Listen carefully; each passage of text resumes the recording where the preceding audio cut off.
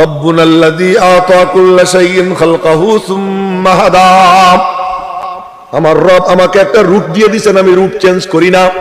বাঘে বলে আমার মালিক আমাকে রূট চেঞ্জ দিয়ে দিছে, আমি রূট চেঞ্জ করি না। সিংহ বলে আমার মালিক আমাকে রূট দিয়ে দিয়েছেন, ওই রূট আমি চেঞ্জ করি না।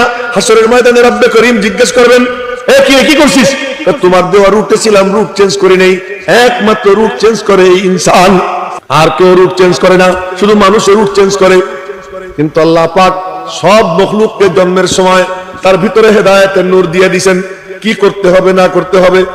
বকরি জন্ম নিয়েই কাঁদতে কাঁদতে দাঁড়াইয়া খাবে কি? আল্লাহ কয় কি, আমি বলে দিচ্ছি খা, যা। বলে কোথায় যাবো? মার স্তনের কাছে যা। কোন জায়গা মুখ দিব?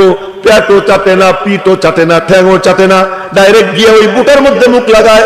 মায়ের দুধের মধ্যে, স্তনের মধ্যে দোষ আসে, মা দুধ ছাড়ে, এর আগ পর্যন্ত মা দুধও ছাড়ে না।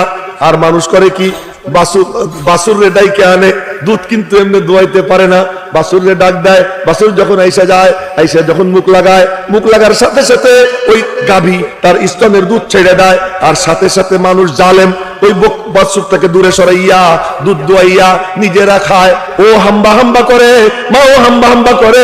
মা বলে, বনি আদমের জন্য আল্লাহ আমারে বানাইছে, ওরা খায়া যা থাকে তাই তুই খাবি, সবর কর। আল্লাহ পাক আমাদেরকে ওদের জন্য বানাইছে। খুলিকনা লাহুম ওয়া খুলিকু লাহু। আমার আল্লাহ আমাদের সবাইরে বানাইছে ওদের জন্য, আর ওদেরকে আল্লাহ বানাইছে তার নিজের জন্য। আল্লাহ তাআলা মুরগিরে তার সিনার মধ্যে হেদায়েতের নূর দিয়ে দিয়েছেন, ছাগলরে দিয়ে দিয়েছেন, বাঘরে দিয়ে দিয়েছেন। কিন্তু মানুষে বলেন কি, আল্লাহু আখরাজাকুম, তোমরা মনে করো মায়ের অতটুকু রাস্তা দিয়ে তোমরা বের হও, তোমাদের লজ্জা লাগে না যে সিজার করার জন্য হাসপাতালে নিয়ে যাও? তোমার স্ত্রীর একেবারে গোপন অঙ্গ সব পুরুষ ডাক্তাররা পর্যন্ত দেখে। কেন তুমি পারো না আল্লাহর কাছে দোয়া করতে? তুমি পারো না কোনো একজন আল্লাহর ওলির দোয়া নিতে, একটু পানি পড়া নিতে? তোমার জন্মের সময় তো সিজার লাগে নাই, তোমার বাপের জন্মের সময় সিজার লাগে নাই, আজ তোমার বিবির বাচ্চার জন্মের সময় সিজার কেন লাগে? তার কারণ হলো ওই হাসপাতালগুলো জিন্দা রাখতে হবে, ডাক্তারের প্রেসক্রিপশন দিয়ে দেয়, সিজার করতে হবে। ম্যাক্সিমাম ডাক্তার লুটেরা, ম্যাক্সিমাম ডাক্তার হলো এগুলো কষাই। কি করে শুধু পয়সা নেওয়া যায় আর তোমার বিবির ইজ্জত নষ্ট করা যায়। তুমি যদি সবর করো, আলেমের কাছে যাও, আল্লাহর কালাম থেকে নুসখা নাও, তোমার বিবির ইজ্জতও যাবে না, পয়সাও খরচ হবে না।